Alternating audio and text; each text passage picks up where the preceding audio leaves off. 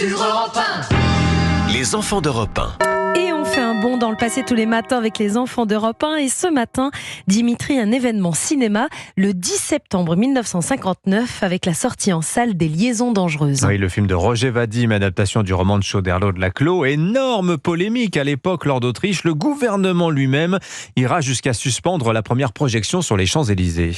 Oui, le film fait scandale, jugé indécent et vulgaire, vantant les vertus du libertinage. Et il est d'abord interdit dans beaucoup de salles de cinéma. Peut-on savoir quelle beauté vous attire dans les parages? C'est encore un secret. Tu te rappelles tous ceux qui sont mariés quand nous étions étudiants?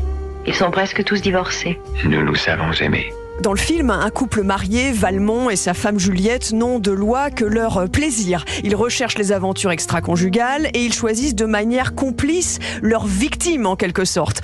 Dans le film, vous avez un panel de stars, Gérard Philippe, Jean-Louis Trintignant et la jeune actrice de 30 ans, Jeanne Moreau, magnétique et incandescente. Heureuse d'avoir tourné dans ce film, comme elle le confie à l'époque sur Europe 1. Moi, je trouve pas que c'est un film érotique.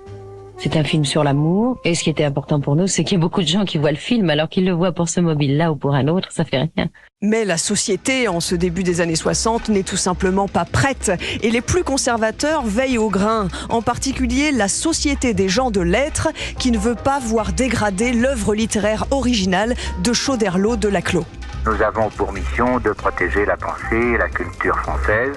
Nous ne pouvons pas imaginer Emma Bovary circulant en scooter. Comme on n'imagine pas Madame Bovary circulant en scooter, on n'accepte pas ce film aux images et aux discours débridés, estime aussi une partie du public. Mais le réalisateur Roger Vadim assume. Dire les choses comme elles sont provoque des réactions et j'aimerais plutôt passer un peu plus inaperçu parfois. Mais enfin, je fais quand même ce que j'ai à faire et ce que j'ai envie de faire en premier. L'homme fait les premières avances, Cécile, et la femme les secondes. Et il dit même à l'époque que son film peut être très utile, en particulier pour les jeunes femmes. Je sais que lorsque ma fille aura 16 ans, je lui montrerai ce film en projection privée pour l'avertir un petit peu de ce que peuvent lui raconter les garçons, qu'elle soit prévenue. Ce film, Les Liaisons dangereuses, sera finalement autorisé au cinéma, mais interdit aux moins de 16 ans. Il sera quand même un succès avec 4 millions de spectateurs dans les salles. Merci Laure d'Autriche. Il est l'heure de jouer avec les enfants d'Europe 1.